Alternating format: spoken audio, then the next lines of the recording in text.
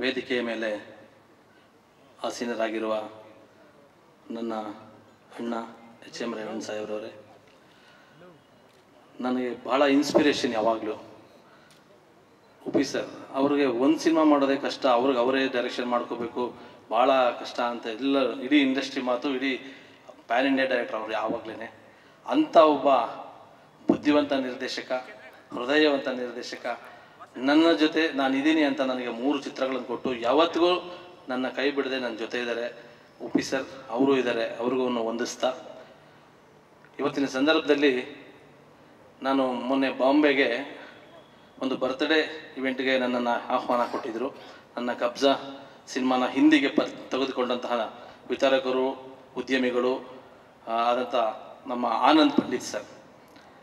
ಅಲ್ಲಿ ಹೋದಾಗ ನಾನು ಒಂದು ವೇದಿಕೆಯಲ್ಲಿ ನೋಡಿದ್ದೇನು ಅಂದರೆ, ನನ್ನ ಜೀವನದಲ್ಲಿ ಕಾಡಿದ್ದು ನೋಡಿದ್ದು ಜೀವನದಲ್ಲಿ ಅಚೀವ್ಮೆಂಟ್ ಅಂದರೆ ಇದು ಅಂತ ಅನ್ನಿಸ್ತು.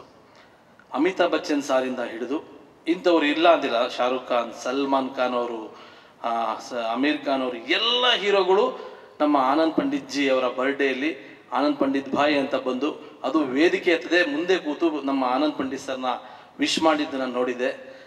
ಅಂಥ ಒಬ್ಬ ಲೆಜೆಂಡರಿ ಆನಂದ್ ಪಂಡಿತ್ ಜಿ ಇವತ್ತು ನಮ್ಮ ಈ ಒಂದು ಬೆಂಗಳೂರಿನ ಈ ವೇದಿಕೆಗೆ ಬಂದು ನಮ್ಮ RC ಸ್ಟುಡಿಯೋಸ್ಗೆ ಆಶೀರ್ವಾದ ಮಾಡ್ತಿದ್ದಾರೆ.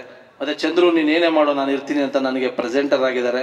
Sir thank you so much sir, ನಾನು ಯಾವಾಗೂ ಋಣಿಯಾಗಿರ್ತೀನಿ. ನೂರಾರು ಕೊಂಕುಗಳ ಮಧ್ಯೆ ಅವೆಲ್ಲ ನನ್ನ ಕೊಂಕು ತಲೆ ಕೆಡ್ಸ್ಕೊಳ್ಳೋದು, ನಾನು ಪಾಸಿಟಿವ್. ಉಪಿ ಸರ್ ಹೇಳ್ದಂಗೆ ಅವರ ಅಭಿಮಾನಿ, ನಾನು ಪಾಸಿಟಿವ್ ಆಗಿ ಹೋಗ್ತೀನಿ. ನನಗೆ ಕಿಚ್ಚ ಸುದೀಪ್ ಸರ್ ಅವರು ನನಗೆ ಪರಿಚಯ ಮಾಡಿಕೊಡ್ತಾರಲ್ಲ, ನಮ್ಮ ಅಲಂಕಾರ್ ಪಾಂಡ್ಯನ್ ಸರ್ನ, ಚಂದ್ರು ಜೆಂಟ್ಲ್ಮನ್ ನನ್ನ ಹುಡುಗ ಅಂತ, ಅವ್ರು ನನಗೆ ಸ್ನೇಹ ಆಗುತ್ತೆ. ಕಬ್ಜಾದಲ್ಲಿ ನಾನು ಬರಹಗಾರನಾಗಿ, ನಿರ್ಮಾಪಕನಾಗಿ, ನಿರ್ದೇಶಕನಾಗಿ ಅದು ಕಷ್ಟಪಟ್ಟೆ ಅನ್ನೋದಕ್ಕಿಂತ ಹೆಚ್ಚಿಗೆ ನಾನೇ ಇಷ್ಟಪಟ್ಟು ತೊಗೊಂಡಿದ್ದಲ್ವಾ, ಸೊ ಅದು ನನ್ನ ಕಬ್ಜಾ ಮಾಡ್ಕೊಂಡಿತ್ತು. ಎನಿವೇ ಅದು ನಾನೇ ನೋಡಿಕೊಂಡೆ. ಆವಾಗ ನನಗೆ ಅವ್ರು ನನ್ನ ಜೊತೆಗೆ ನಿಲ್ತಾರೆ, ಈ ಎಂಡ್ ಜರ್ನಿಗೆ ನಾನು ಇರ್ತೀನಿ ಅಂತ. ಪರಿಪೂರ್ಣವಾದ ಮೇಲೆ ಚಂದ್ರು ನೀನು ಜರ್ನಿ ಮಾಡಿದ್ರೆ ನಿನ್ನ ಜೊತೆ ಮಾಡಬೇಕು, 100 ಜನ 100 ಹೇಳಿ ಹೊಟ್ಟೆ ಉರಿಯವ್ರು, ನಾನು ನಿನ್ನ ಜೊತೆ ಇರ್ತೀನಿ, ಯಾಕಂದ್ರೆ ಕರೆಕ್ಟಾಗಿ ನಾನು ನಡ್ಕೊಂಡಿದ್ದೀನಿ. ಸೊ ನಿನ್ನ RC ಸ್ಟುಡಿಯೋಸ್ಗೆ ನಾನು one of the share holder ಅಂತ ನನ್ನ ಕಂಪನಿಯಲ್ಲಿ ನಮ್ಮ ಅಲಂಕಾರ್ ಪಾಂಡ್ಯ ಸರ್ ಜಾಯ್ನ್ ಆಗಿದ್ದಾರೆ.